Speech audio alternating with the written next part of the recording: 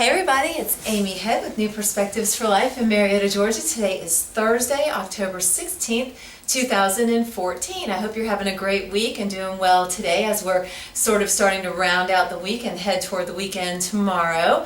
I hope you've been doing well. I don't know how much you have or haven't been paying attention to the news lately, but if you have been paying attention to it, then you know that there's just been kind of a lot of bad news going on lately, a lot of difficult circumstances going on in our world, of course, and in our country as well, with the whole Ebola crisis, with the ISIS crisis, just with so many different things, and it seems like it's just this over bombardment of information that just really weighs us down. It's happening, it's difficult, doesn't seem like we have any definitive answers right away on how to conquer any of these things, and so it can just really be a little debilitating as we hear all this news.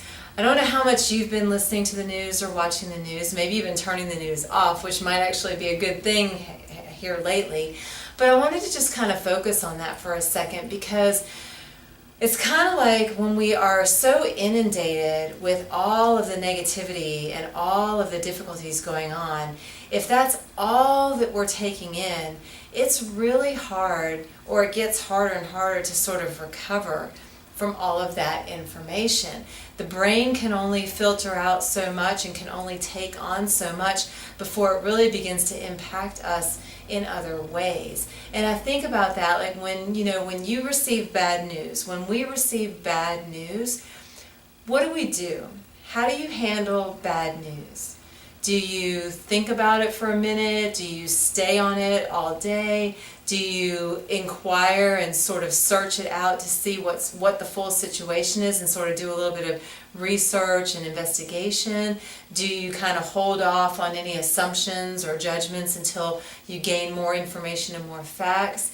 If you receive bad news, what do you do? I think that's really important, because our coping skills are critical when it comes to receiving bad news. We're all going to receive it, whether it's regarding our health, somebody else's health, whether it's a national issue of crisis, whether it's a world issue of crisis. Maybe it's just something going on in the community that we don't feel good about or that we don't like, that we feel is unjust. Whatever it is, our coping skills are going to help us navigate through that bad news. What happens though is if we get too much bad news in kind of too short of a period of time, or sort of this compounded nature of bad news, our coping skills tend to maybe not surface as quickly as we need them to, or tend to not be as effective as we need them to be, because our brain is so inundated with all of these difficult situations and all of this difficult information. So I think it's really important to sort of take a moment of inventory, and we talk about taking personal inventory a lot in different ways, but it's really key, because it's going to be really important as we receive bad news in our lives, or when we hear all this bad news on the news, to be able to call into play our coping skills.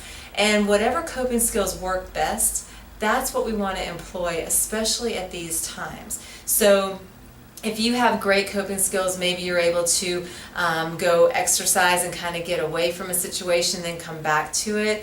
Maybe if you're able to read up and do research, and that's a coping skill. Maybe a coping skill for you is just to sort of take a few deep breaths and sort of kind of gain some perspective before you jump into any conclusions or judgments. However you cope, those coping skills are going to be critical in getting through bad news upon bad news upon bad news. And as we practice our coping skills on a daily basis, whether it's that we got a bill in the mail we didn't expect, or maybe we got a phone call we weren't expecting, or maybe our child did something that we weren't expecting that we don't appreciate, every time some kind of news comes to us that we don't really want or appreciate or like, when we bring those coping skills into play and we practice that over and over again, it makes it a lot easier to deal with the next piece of bad news. We're always going to have bad news come into the picture. That's just part of life.